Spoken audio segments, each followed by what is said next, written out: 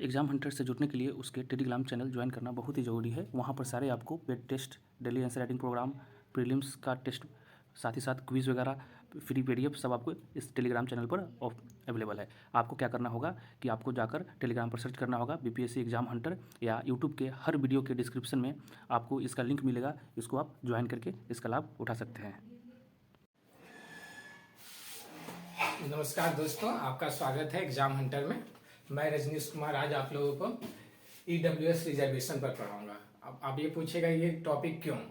क्योंकि आपको पता है अभी 2-3 दिन पहले इस पर जजमेंट आया। ये बीपीएससी और यूपीएससी पॉइंट ऑफ व्यू से बहुत इंपॉर्टेंट टॉपिक है। ठीक है, क्यों तो इम्पोर्टेंट टॉपिक है? क्योंकि अभी जजमेंट आया है और आप जानते हैं कि पॉलिटी का अभी देखिएगा, सीडीपीओ का पेपर हुआ, एओ का पेपर हुआ, ऑडिटर का पेपर हुआ, सब में करेंट इशू बहुत जोर के दिया जा रहा है। ठीक है, तो ये आपको पॉलिटी का क्वेश्चन बहुत फेवरेट क्वेश्चन बन सकता है ईडब्ल्यूएस रिजर्वेशन, इसलिए इस पर तैयार कर लीजिएगा। और रिजर्वेशन ऐसा इशू है कि ये मुद्दा कभी खत्म ही नहीं होगा, खास करके भारत में। रिजर्वेशन कहाँ ज़्यादा चलते जानते हैं? जहाँ पर सरकार असक्षम हो जाए तो कोई ना कोई बहाना चाहिए ना, तो रिजर्वेशन दे दो, जनता को खुश कर दो।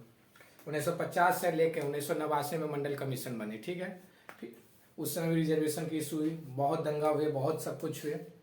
फिर ईडब्ल्यूएस रिजर्वेशन मोदी जी ने कार्ड खेला। ये एक कार्ड है, क्यों? क्योंकि जनरल की वोट उनकी क्या हो रही थी, बिछड़ रही थी। बोली मोदी कुछ नहीं करता है जनरल के लिए, तो बोला चलो रिजर्वेशन का कार्ड फेंक दो।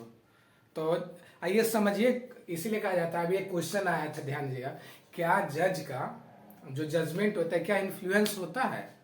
अभी देखिएगा, इनका सुनिएगा, रंजन गोगोई। ठीक है, रंजन गोगोई पर आरोप भी लगा था, सेक्सुअल हरासमेंट का भी आरोप लगाई थी उनकी मित्र ने, मतलब जो उनके अंदर काम करती थी। तो रंजन गोगोई जो कहा जाते थे कि अपने आप में बहुत ईमानदार जज, ठीक है, वो ऐसे है जो राज्यसभा के एमपी पद, राज्यसभा के एमपी पाने के लिए क्या किया पता है? बहुत ऐसा जजमेंट है जो उन पे आरोप लगा, राम मंदिर इशू या बहुत इशू में वो खुलेआम एक तरफा चले गए थे, जो कि अगेंस्ट थे बीजेपी के। तो ये सब डायरेक्ट जज पे आरोप लगाता है, मतलब लगता है। इसीलिए क्वेश्चन पूछा था इस पर सीडीपीओ में, क्या पूछा? क्या कि जज को पोस्ट रिटायरमेंट के बाद देना चाहिए पोस्ट या नहीं? ये इस बार का पेपर है, सीडीपीओ का देखिएगा। इसीलिए कह रहा हूँ ये फेवरेट क्वेश्चन बन सकता है। क्यों? तो अभी जजमेंट जो आया 3-2 का, इवन चीफ जस्टिस अगेंस्ट में थे, यू ललित, रिटायरमेंट होने के पहले एक दिन जान के थे, क्योंकि ऐसे भी तो केस सीधे फेवर जा रहा था। चलिए अब आज टॉपिक पढ़ते हैं। सबसे पहले ये जरूर याद रखिएगा, 103 कॉन्स्टिट्यूशन अमेंडमेंट 2019 क्या लिख देंगे? बहुत सारा क्या लिखे, 2021 लिख देंगे, क्योंकि अभी सोचे 1-2 साल पहले नहीं, 2019 का खेला है, ये अमित शाह का खेला है। ठीक है, 2019 एक्ट में आया था। और ठीक है, तो हुआ कैसे? जब कहा जाता है कि इकोनॉमिक बेस पर रिजर्वेशन दे ही नहीं सकते, तो रिजर्वेशन दिया क्या? बोला ये कहाँ लिखा है नहीं दिया जा सकता है? तो बोला किसे, हिंदुस्तानी केस में लिखा हुआ है, और जजमेंट दिखाया, आर्टिकल 14 बोला। तो बोला यार वो छोड़ो, हम अमेंडमेंट कर देते हैं कि लिख देते हैं कि इकोनॉमिक बेस पर दिया जाएगा, बात खत्म। तो इसीलिए वो चेंज कर देता आर्टिकल 15, 6 और 16। इसमें है क्या? इसमें है ना कि कहा गया कि हम जो रिजर्वेशन देंगे 10%, उसमें आपके 50% रिजर्वेशन में कोई छेड़छाड़ नहीं करेंगे, हम अपना अलग से देंगे। तो बोला अलग से कहाँ दीजिएगा? बोला उसके लिए हम 16(6) में अमेंडमेंट करेंगे, जॉब एम्प्लॉयमेंट में। ठीक है, ये है। अब जब किसी पर बात कीजिएगा तो भाई है क्या मुद्दा, तुम इतना लंबा चौड़ा जो इस पर दे रहे थे, है क्या, क्राइटेरिया क्या है? तो इसका 3 क्राइटेरिया लगा। पहला सबसे बड़ा रुपया, तो रुपया रखा 8 लाख। तो 8 लाख ही क्यों रखा? क्योंकि ओबीसी लेयर में, क्रीमी लेयर में ही 8 लाख है। ठीक है, तो ये 8 लाख। दूसरा जमीन, एग्रीकल्चर लैंड 5 हेक्टेयर, मतलब कि गांव में अगर कोई जमींदार का बेटा है या जमींदार फैमिली है तो उसको नहीं आएगा, तो एक तरह से छाट दिया। और तीसरा क्या है?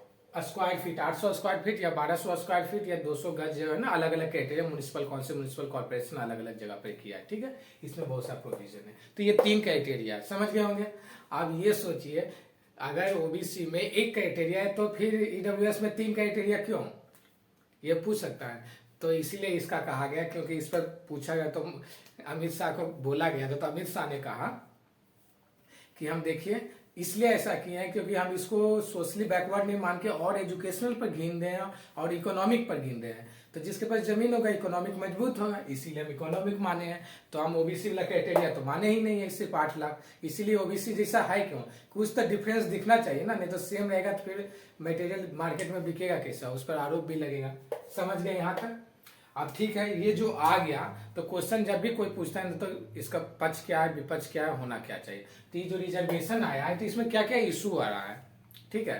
तो सबसे पहला इशू, जब भी पॉलिटी का क्वेश्चन आए, ठीक है, पॉलिटी का जब भी क्वेश्चन है एक चीज याद रखिएगा, आर्टिकल कभी ना भूलना चाहिए, एक्ट कभी ना भूलना चाहिए, कोई उससे रिलेटेड केस हो तो कभी नहीं, और करेंट से, ये 4 पॉइंट याद रखिए तो कैसे नो क्वेश्चन बना दीजिएगा।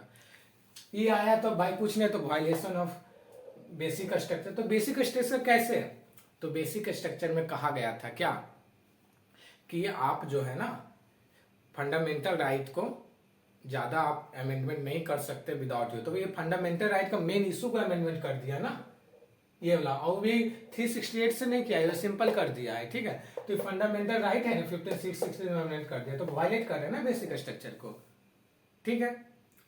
तो बोलता हाँ ये तो हो सकता है। देखिए जब आप अगेंस्ट लिखिएगा तो आप कुछ ना कुछ पॉइंट गिनाना पड़ेगा, ठीक है। इस पे टेथोलॉजी आगे चल सकती है, टेथोलॉजी ने यहाँ पे आएंगे, ठीक है। ये आपका पक्ष पॉइंट है, क्योंकि ब्यूरोक्रेट्स को दोनों पक्ष लेना होता है।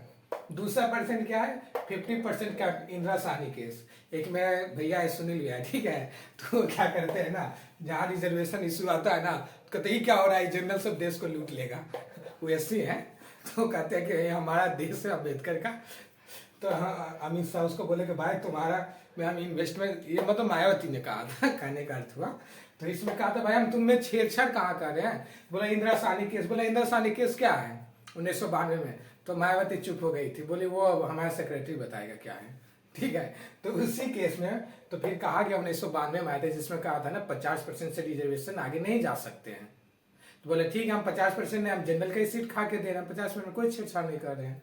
तो छेड़खानी किया, अभी देखिए ओबीसी को 27% में कोई छेड़खानी नहीं, एससी में भी कोई छेड़खानी नहीं हुआ है, एसटी में भी कोई छेड़खानी नहीं हुआ है। तो कटा किसका सीट, तो ये जनरल का ही कटा है। जनरल अपना समझ लें, जो अभी रिजर्वेशन ले रहे हैं ना उसका बेटा बेटी नहीं ले पाएंगे अगर कुछ बन गए तो, या उनकी इनकम 8 लाख हो जाएंगे। जो भी अच्छे रहेंगे वो कम से कम थोड़ा बहुत तो जमीन खरीदेगा ना भाई, शहर में एक को घर बनाएगा ना, जहाँ घर बनाए शहर में खेला खत्म, ठीक है। अभी ईडब्ल्यूएस फर्जी खूब बिहार में चल रहा है, यूपी में, लेकिन आने वाले 5 साल बाद ये नहीं चल पाएगा। क्यों, क्योंकि डिजिटलाइजेशन ऑफ लैंड हो रहा है, ये ध्यान रखिए। अभी तो चला जाएगा, जैसे कैसे वोटर कार्ड फर्जी हो रहा था, आधार से लिंक हो रहा है तो फर्जी खत्म हो जाएगा। अगेंस्ट आर्टिकल 14-15 कैसे है, आर्टिकल 14 में क्या होता है, राइट टू इक्वेलिटी। आर्टिकल 15 में क्या होता है, जॉब एम्प्लॉयमेंट वाले। तो ये अगेंस्ट जा रहा है ना, क्योंकि आप जो रखे थे नियम उसके अगेंस्ट जा रहे हैं। किसी को पार्टिकुलर इकोनॉमिक बेस दे रहे हैं, तो इकोनॉमिक बेस दे रहे हैं तो क्यों सिर्फ एक को दे रहे हैं, पूरे को लीजिए ना, समाज को। सिर्फ कह रहे हैं हम सिर्फ 5 कास्ट जो है मेनली उसको देंगे, औरों को क्यों नहीं दीजिएगा, तो ये अगेंस्ट हो गया ना इक्वालिटी के। फिर रिजर्वेशन एज ए स्कीम, ये बहुत बड़ा इशू है। बोला क्या रिजर्वेशन को खिलौना समझ लिए हैं, जैसे नहीं कुछ है तो मनरेगा दे दो भाई स्किल के लिए, नहीं कुछ हो रहा है तो कौशल विकास योजना दे दो, दीनदयाल कौशल विकास। उसी तरह से रिजर्वेशन को कोई स्कीम तो नहीं समझ सकते। इकोनॉमिक बेस पर जब भी दिया जाता है वो स्कीम को ही दिया जाता है, ठीक है। तो अगर ईडब्ल्यूएस को इकोनॉमिक बेस पर दिए तो एक तरह से स्कीम बनाया, स्कीम की कोई वैल्यू नहीं होती, कोई भी सरकार खत्म कर सकती है, ठीक है। ये किसने बोला था, तो इसने बोला था जो हमारे बहुत अच्छे हैं शशि थरूर, उन्होंने इस पॉइंट को रखा था, ठीक है। इसको स्कीम मत बनाइए। नो प्रॉपर डाटा, अब देखिए आपने 10% रिजर्वेशन दिया तो किस आधार पर, क्या 10% पॉपुलेशन है, जिसे ओबीसी को मिला तो कहा गया कि 54% पॉपुलेशन है, ठीक है। 15% पॉपुलेशन है एससी की, तो इसकी कितने परसेंट पॉपुलेशन, एक्चुअल डाटा तो है ही नहीं सेंसस में। नेक्स्ट आर्बिट्रेरी क्राइटेरिया, जो क्राइटेरिया यूज की गई है, कहा गया कि 18% ईडब्ल्यूएस में आता है, जबकि कोई भी एक डाटा नहीं है। तो आप समझ सकते हैं इतना पॉइंट है। देखिए basic structure 50% cap, article 1450, SC ST OBC, reservation as scheme, no proper data, arbitrary. ये 6 पॉइंट अगर देख के एक्सप्लेन कर दीजिएगा तो आपको कम से कम 1.5 पेज ले लेगा। ये आधा पेज, 2 पेज हो गया, शायद 3 पेज 4 पेज, एकदम आपका आंसर बीपीएससी के अनुसार दिया जा रहा है, ठीक है। अब देखिए फेवर में सबसे बड़ा फेवर तो हमारा डीपीएसपी। कुछ भी अगर आंसर में ना हो ना तो डीपीएसपी और फंडामेंटल राइट को आर्टिकल के साथ यूज कर दीजिए। अब आर्टिकल 46 क्या कहता है, इकोनॉमिक वीकर सेक्शन के लिए काम करेंगे। आर्टिकल 39 और 38 क्या कहता है कि स्टेट वेलफेयर वर्क के लिए काम करेगा। तो कुछ भी ना हो ना तो नीतीश सरकार नहीं होता है तो इसी को यूज करते हैं, साइकिल योजना, महिला विकास योजना, ठीक है, जो रिजर्वेशन दिया गया सब कुछ इसी योजना 38 और 39 का यूज करके करते हैं, ठीक है, ये ध्यान रखिएगा। दूसरा क्या, फेवर में 10% सीट ऐड किया गया। ये हमारे मोदी जी बोले थे कि हम हाई इंस्टीट्यूशन में जितना जॉब आएगा उसमें 10% जोड़ देंगे। मतलब कैसे, अगर 100 सीट आया, अभी बीपीएससी में कितना आया है 800 सीट आया, तो वो कह रहे हैं कि 800 का 10% 80, मतलब एक्चुअल जो सीट है 720 सीट है, 80 सीट हम एक्स्ट्रा दे रहे हैं, ठीक है, लॉलीपॉप दे रहे हैं। तो लॉलीपॉप जो 10% सीट दे रहे हैं, ये मूर्ख बना रहे हैं। किसको मूर्ख बना रहे हैं? SC ST OBC को, क्योंकि ओवरऑल में कटेगा ना भाई। कहाँ लिखा हुआ है कि 720 देंगे? वो जितना आएगा अपने समझ लो, इट इज अंडरस्टूड, ठीक है। No change in reservation of SC ST favour का, जो हमने अभी बात कहा था कि SC ST रिजर्वेशन में हमने कोई नहीं चेंज किया, इसीलिए आप टेंशन मत लीजिए। जब आप में घुसेंगे तो आप कहिएगा, ठीक है। और लेकिन बहुत जल्दी आएगा जब इसमें भी घुसने की प्रक्रिया हो सकती है। क्यों?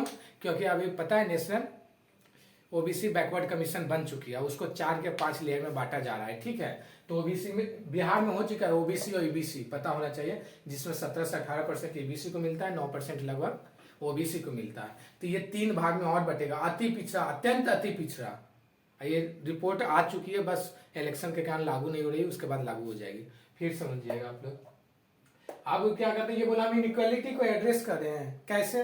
तो जो गरीब गुरबा हैं, जो बहुत पीछे हैं, तो उसको इक्वालिटी चाहिए ना। देश में भी सबसे बड़ी चीज, 2 ही चीज की मोदी जी पे आरोप लगता है। पहला आरोप कि मोदी जी जॉब नहीं दे रहे हैं, और दूसरा आरोप क्या लगा है पता है? दूसरा आरोप यही लगता है कि बहुत तेजी से इनइक्वालिटी बढ़ रहा है। जेफ बेजोस इतना अमीर हो रहा है, स्टारलिंक का मालिक कौन है?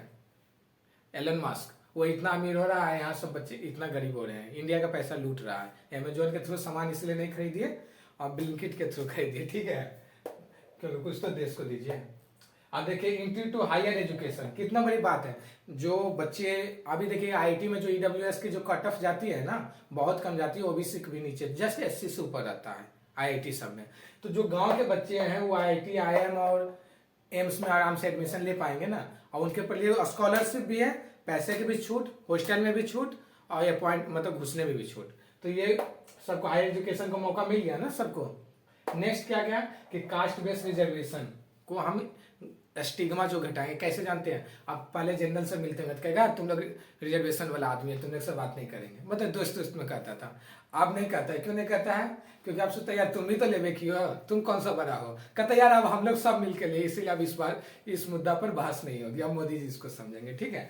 तो ये जो है ना, सच में ऐसा हो गया। अब जब से EWS मिला है ना, तब से जनरल लोग अब OBC को ये आरोप नहीं लगाते हैं कि रिजर्वेशन से आया, क्योंकि हम लोग भी अब जो भी सारे कास्ट में सबको रिजर्वेशन मिले, इसीलिए सब खुश रहो, सब मिठाई खाओ। अब हो रहा है क्या, होना क्या चाहिए, अब उस पर आइए बात करते हैं। होना ये चाहिए कि जो अब तक रामबाण यूज करते रहते थे रिजर्वेशन को, आप पॉलिटिशियन बंद कीजिए। अगर नहीं कीजिएगा तो और अभी झेलना पड़ेगा। आने वाले समय ऐसा हो जाएगा कि कितनों रिजर्वेशन दीजिए कोई इफेक्ट नहीं पड़ेगा, कि जनता मारा मारी जॉब के कारण करेगी। तो क्या करें? तो रिजर्वेशन 2 चीज के लिए मांगा जाता है, एक जॉब के लिए, दूसरा एजुकेशन के लिए, इसी चीज के लिए ना। तो क्यों ना क्वालिटी एजुकेशन दे दो, ऐसा एजुकेशन गवर्नमेंट स्कूल में कर दो कि जरूरत ही ना पड़े। और दूसरी जॉब है, तो क्यों ना स्किल बेस को जॉब को बढ़ाओ, जिस तरह से अभी चाइना कर रहा है, USA कर रहा है। क्लास 6 में एक प्रोजेक्ट सिखाता है, जो प्रोजेक्ट अभी आपको TCS उससे देते हैं ना, उसको क्लास 12 में सिखाया जाता है, ठीक है। हम लोग भी अब कर रहे हैं, अटल थिंकिंग लैब ला रहे हैं, देख रहे हैं, लेबोरेटरी प्रोजेक्ट काम करना शुरू किए हैं, लेकिन अभी हाई लेवल पर ना। स्किल बेस्ड जॉब दे दो, जॉब का मारा मारी खत्म। क्वालिटी एजुकेशन दे दो तो जॉब रिजर्वेशन इशू खत्म। और तीसरा, अभी नीतीश कुमार स्टेटमेंट क्या दिए पता है कि आप रिजर्वेशन को और खुल के चर्चा 50% कैप के अलावे, क्योंकि कास्ट सेंसस बिहार में कराए। तो नेता तो फिर वही है, तो इस पर मानने कि आप ऐसा ना करें, नहीं तो और डूब जाएगा देश, ठीक है। तो ये तीनों इशू आप लोग समझ गए होंगे, और नेक्स्ट वीडियो हम जल्दी ला रहे हैं, ठीक है। Okay, thank you. Exam Hunter को सब्सक्राइब करें आगे के वीडियो के लिए।